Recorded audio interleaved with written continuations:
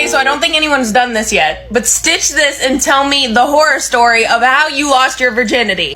I'll go first. So I didn't lose my virginity until college. I waited. So my freshman year, I decided I was gonna lose it to a random person. So I downloaded Tinder. So I met this boy, and when I tell you he had a King Kong appendage, it was huge. So we did the deed, and there was some bleeding, of course. So we're sitting on his couch, and I had a towel on, and I just felt a lot of wetness. It was really wet.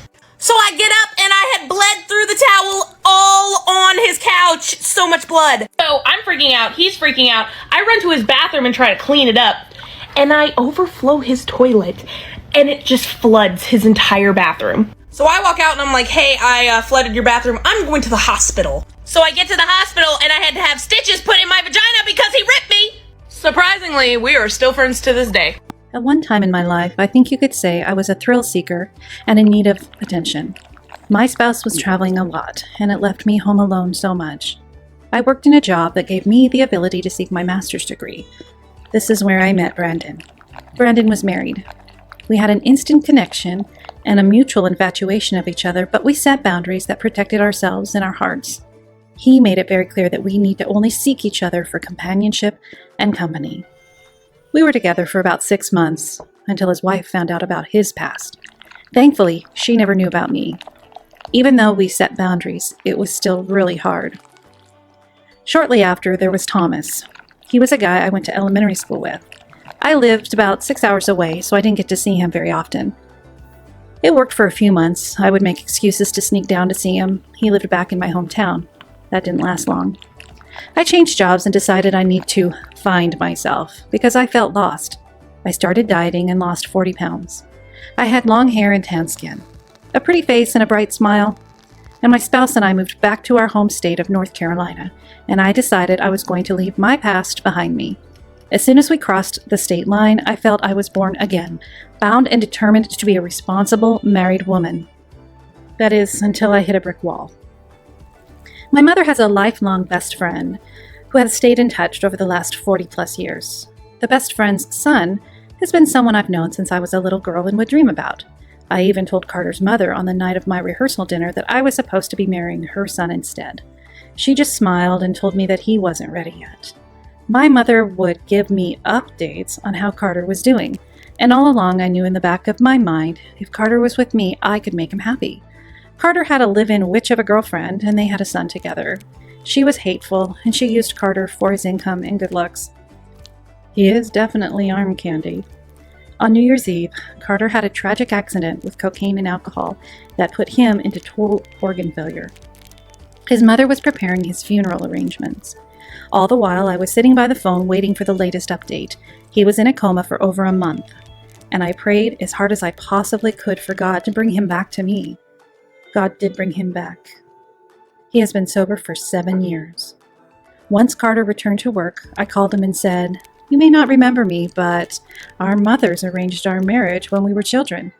He laughed and said, "Oh my God, hi Bethany. How the hell did you find me?" I simply laughed and said, "Google." We talked every day nonstop for a few months. That is, until his girlfriend found his phone. I got an email from Carter after not hearing from him, basically saying he is stuck because of his son, and that he could not talk to me for a while. His words were, "Goodbye for now, but not forever," and that I would be tucked away in his heart. I responded and said, "You will always know how to find me." During this time of absence, I get a call from my mother at work. Carter has been in an accident. There is swelling in his brain, and they think he is brain dead. Every time he is away from me, I die inside, and he literally dies. This motherfucker had died twice on me.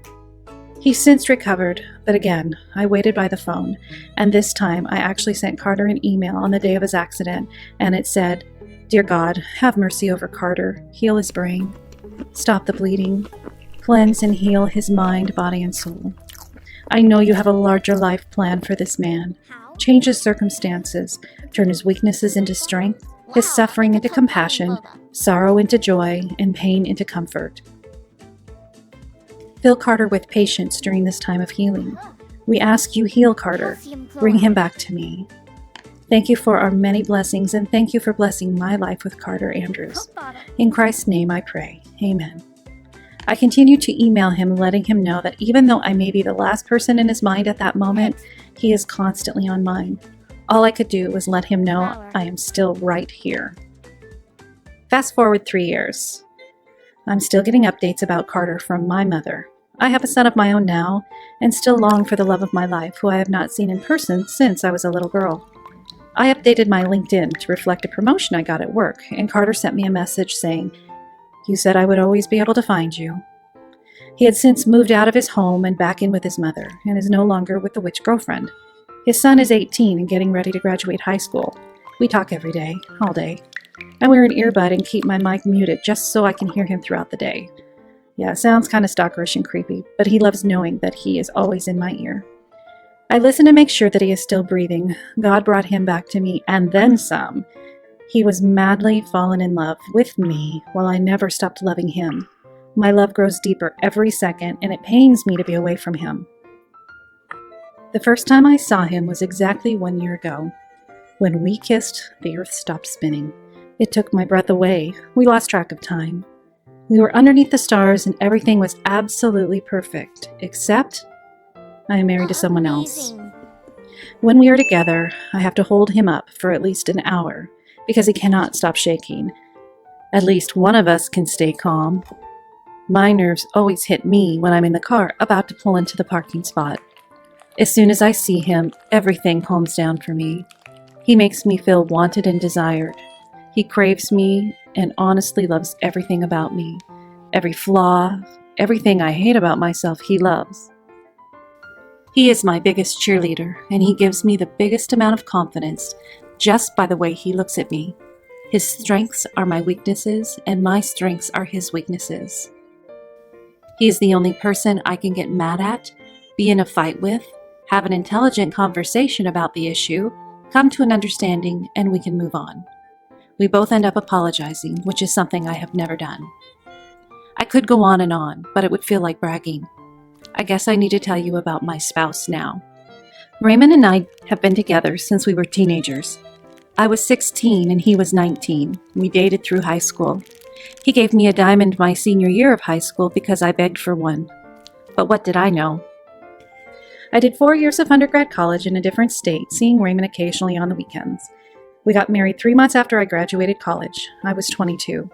We moved away shortly after our wedding for his job. The thing about me and Raymond is that I've always wanted to do my own thing, without asking what he thinks. His opinion or his approval really never mattered to me.